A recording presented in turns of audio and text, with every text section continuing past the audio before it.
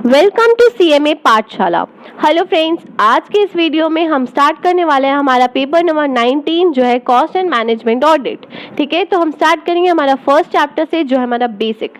ठीक है, basics of cost and management audit. किसी भी सब्जेक्ट को पढ़ने से सबसे पहले उसका बेसिक हमें पढ़ना ज़रूरी होता है। वो हमें पता है कि एग्जाम में उसका मतलब बहुत ही कम मार्क्स से वो कवर करता है चैप्टर, लेकिन फिर भी किसी भी चीज़ को जानने से पहले उसके बारे में हमें जान लेना चाहिए कि वो क्या है, हम क्या पढ़ने वाले हैं। ठीक है, तो स्टार्ट करते हैं कि नेचर ऑफ कॉस्ट ऑडिट। ठीक है, तो हमें सबसे पहले यहाँ पे कॉस्ट अकाउंटिंग का डेफिनेशन दिया गया है। तो क्या लिखा है? Cost accounting is the process of identification, classification, measurement and assignment of cost to various cost object. ठीक है, तो कॉस्ट अकाउंटिंग क्या है? आइडेंटिफिकेशन करना, classification, measurement and assignment of cost. ठीक है, किसी भी कॉस्ट का जब हम क्लासिफिकेशन करते हैं, मेजरमेंट करते हैं, असाइनमेंट करते हैं, तो वो हमारा कॉस्ट अकाउंटिंग कहलाता है। ठीक है, उसके बाद हमें दिया है कि प्रिपरेशन एंड प्रेजेंटेशन के लिए कौन रिस्पॉन्सिबल होता है, कि कॉस्टिंग मतलब कॉस्ट अकाउंटिंग का जो हमारा प्रिपरेशन होता है उसके लिए रिस्पॉन्सिबल कौन होता है? तो मैनेजमेंट। कौन करता है? मैनेजमेंट रिस्पॉन्सिबल होता है इसके प्रिपरेशन के लिए। ठीक है, उसके बाद यह है कि कॉस्ट अकाउंटिंग स्टैंडर्ड और गाइडलाइन फॉर द कंपनी। ठीक है, कॉस्ट अकाउंटिंग स्टैंडर्ड जो होता है, स्टैंडर्ड हमें पता है कि हमें क्यों स्टैंडर्ड दिया जाता है। स्टैंडर्ड्स हमें हमेशा गाइड करता है, गाइडलाइन होता है हमारे लिए कि हमारे मतलब जो भी हम यूज कर रहे हैं हर जगह मतलब यूनिफॉर्मिटी हो। ये ऐसा हो कि जैसे अगर कोई एक कॉस्ट अकाउंटेंट अगर किसी काम को छोड़ के जा रहा है तो दूसरा कॉस्ट अकाउंटेंट अगर आए तो उसे वो काम समझ में आ जाए। ये नहीं कि वो कॉस्ट अकाउंटेंट दूसरा मेथड यूज कर रहा है तो ये कोई दूसरा यूज कर रहा है। अगर यूनिफॉर्मिटी रहेगी तो सबको सारा काम समझ में आएगा, और यूनिफॉर्मिटी हमेशा मेंटेन करना चाहिए। कंसिस्टेंसी, यूनिफॉर्मिटी, ये तो हमारा स्टैंडर्ड्स है। ठीक है, तो उसके बाद हम देखेंगे कि लिखा है कि according to chartered institute of management accountant, ठीक है, लंदन, ये सीमा के अकॉर्डिंग कॉस्ट ऑडिट का क्या डेफिनेशन है? ठीक है, सीमा के अकॉर्डिंग कॉस्ट ऑडिट का क्या डेफिनेशन है? तो क्या लिखा है? The verification of the correctness of cost accounts and the adherence of cost accounting plan. ठीक है, यहाँ पे हमें बता रहा है सीमा के अकॉर्डिंग की वेरिफिकेशन, ठीक है, verification of correctness of cost accounts, जो हमने कॉस्ट अकाउंट्स प्रिपेयर किया है उसमें कितना करेक्टनेस है, ठीक है, उसका वेरिफिकेशन होता है कॉस्ट ऑडिट में। ठीक है, उसके बाद बोला कि जो भी हमने कॉस्ट अकाउंटिंग प्लान बनाया था क्या वो फॉलो हो रहा है या नहीं हो रहा है, ये भी हमें वेरीफाई करना होता है कॉस्ट ऑडिट में। ठीक है, उसके बाद है कि जो हमारा इंस्टीट्यूट है कॉस्ट अकाउंटेंट, ठीक है, institute of cost accountant of India, उसके अकॉर्डिंग कॉस्ट ऑडिट क्या है? तो यहाँ पे लिखा है a system of audit introduced by the government of India for the review, examination and appraisal of cost accounting record and attendant information required to be maintained by the specified industry. ठीक है, तो cost audit में हमें क्या करना होता है? Examination होता है। ठीक है, जो हमने कॉस्ट अकाउंटिंग जो रिकॉर्ड बनाया है उसका हम एग्जामिनेशन करते हैं। ठीक है, या उसको मेंटेन किया जा रहा है या नहीं, मतलब कॉस्ट रिकॉर्ड को मेंटेन किया जा रहा है या नहीं, सारा कुछ उसमें उसका एग्जामिनेशन करते हैं, उसी को हम लोग बोलते हैं कॉस्ट ऑडिट। ठीक है, तो यहाँ पे लिखा है cost audit is an independent examination of cost statement, cost record and other related information of entity with a view to express an opinion thereon. ठीक है, तो यहाँ पे हमें बताया गया कि कॉस्ट ऑडिट क्या है? Cost audit is an independent examination. ठीक है, एग्जामिनेशन होता है किस चीज का? कॉस्ट स्टेटमेंट का, कॉस्ट रिकॉर्ड का and other related information of an entity, किसी भी एंटिटी का जो भी हमने इंफॉर्मेशन लिया है, ठीक है, वो तीनों का हम जो एग्जामिनेशन करते हैं उसी को कॉस्ट ऑडिट कहते हैं। ठीक है, तो यहाँ पे बताया है कि standards on cost auditing provide a guidance to the cost auditor through each step of the audit process. ठीक है, with regard to the audit procedure to be followed, responsibility of the cost auditor and cost reporting, मतलब cost auditor का क्या responsibility है, सब कुछ हमें बताता है स्टैंडर्ड्स। ठीक है, स्टैंडर्ड्स ऑन कॉस्ट ऑडिटिंग। ठीक है, तो ये हमें बताता है, क्या बताता है कि हमें कैसा क्या रिस्पॉन्सिबिलिटी है कॉस्ट ऑडिटर का। ठीक है, सब कुछ बताता है कौन? Standards on cost auditing. ठीक है, आगे हम पढ़ेंगे standards are nothing what converting the commonly accepted practices procedure and requirement into a document called standard. ठीक है, practices procedures and principle relating to the cost accounting are converted into cost accounting standards. जो भी practices था, practice, procedure, principal, उसी को convert करके standards बनाया जाता है। ठीक है, ताकि क्या हो, ताकि सब जगह यूनिफॉर्मिटी हो और किसी भी को भी कोई काम को करने में इजी हो। ठीक है, यहाँ लिखा है standards on cost auditing are best friend, best guide and best help desk for the cost auditor. Cost auditor के लिए स्टैंडर्ड क्या होता है? Best friend, best guide and best help desk की तरह काम करता है। If followed scrupulously the standards would help the cost auditor to streamline audit, to do better planning, better documentation, effective implementation. ठीक है, thus these will help in improving the overall quality of audit. ठीक है, तो ये standards, अगर कोई भी standard follow किया जाएगा, मतलब अगर हम ऑडिट करते टाइम स्टैंडर्ड्स को जब फॉलो करेंगे तो हमारा काम क्या होगा, वो बहुत ही इफेक्टिव और बहुत ही क्वालिटी उसका मेंटेन रहेगा। ठीक है, the cost auditor should carefully go through the standards and make best use of them. मतलब क्या है, कॉस्ट ऑडिटर को हमेशा स्टैंडर्ड्स को अच्छे से पढ़ना चाहिए और हमेशा उसका बेस्ट यूज करना चाहिए। ठीक है, उसके बाद हमें दिया है कि the standards authorize the cost auditor to use the work of another auditor or expert. ठीक है, hence it is satisfied. Do not check every detail again which is already audited by the another auditor or is certified by an expert. ठीक है, तो हमें ये standard बताता है कि हम कोई दूसरे ऑडिटर का भी काम ले सकते हैं। मतलब अगर उसने बीच में किसी रीज़न से अगर उसका काम छूट गया है तो कोई दूसरा ऑडिटर भी उसके काम को ले सकता है। और अगर मतलब उसने उसका काम, मतलब वो ऑडिटर था ना, तो उसका तो काम मतलब स्टैंडर्ड के अकॉर्डिंग ही होगा। तो क्या है कि उसमें हमें ज़रूरी नहीं है उसका काम बार बार हमें चेक करना। ठीक है, वो मतलब ऑडिटेड जो है उसको हमें दोबारा चेक करने की ज़रूरत नहीं है। ठीक है, उसके बाद हमारा क्या है कि यहाँ पे जेनेसिस दिया है कॉस्ट ऑडिट का, ओरिजिन दिया है। ठीक है, तो ये हमें उतना ज़रूरी नहीं है एग्जाम पॉइंट ऑफ व्यू से, लेकिन हमें पढ़ लेना चाहिए। तो यहाँ पे हिस्ट्री दिया है कि 1944 में ICWA था। ठीक है, ICWA था, the institute of cost and work accountant of India was established under the companies act 1913 as a limited company. ठीक है, उसके बाद क्या हुआ, 1959 में the institute of cost and work accountant of India ICWA was established under the Cost and Work Accountant Act 1959. After that 2012 the Institute of Cost and Work Accountant of India was renamed the Institute of Cost Accountants of India. ठीक है, जो अभी तक चले आ रहा है। उसके बाद है हमारा history of cost audit. Cost audit का हिस्ट्री दिया है यहाँ पे। ठीक है, तो आप खुद से पढ़ लीजिएगा।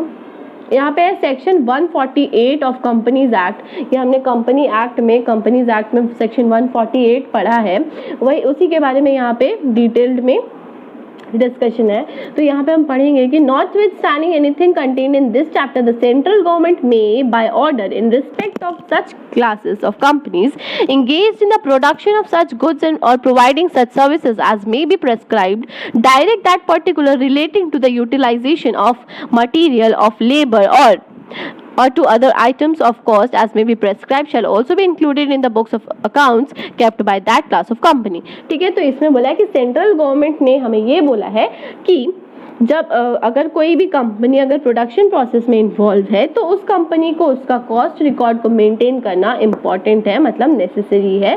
ठीक है, जैसे कि मतलब कॉस्ट जो बुक्स ऑफ अकाउंट्स में हम रिकॉर्ड कर रहे हैं तो उसमें हमें सारे चीज़ का कॉस्ट का हमें डिस्क्रिप्शन देना, मतलब हर चीज़ का डिटेल देना कॉस्ट से रिलेटेड, वो ज़रूरी है। ठीक है, उसके बाद बोला if the central government is of the opinion that it is necessary to do so it may by order direct that the audit of cost record of class of companies which are covered under subsection 1 and which have a net worth। तो यहाँ पे कोई prescribe amount दिया हुआ है हमें net worth कि अगर इतना मतलब नेट वर्थ अगर किसी कंपनी का जो दिया हुआ अमाउंट प्रेस्क्राइब्ड अमाउंट से ज़्यादा होगा तो उसे कॉस्ट ऑडिट कराना ज़रूरी है।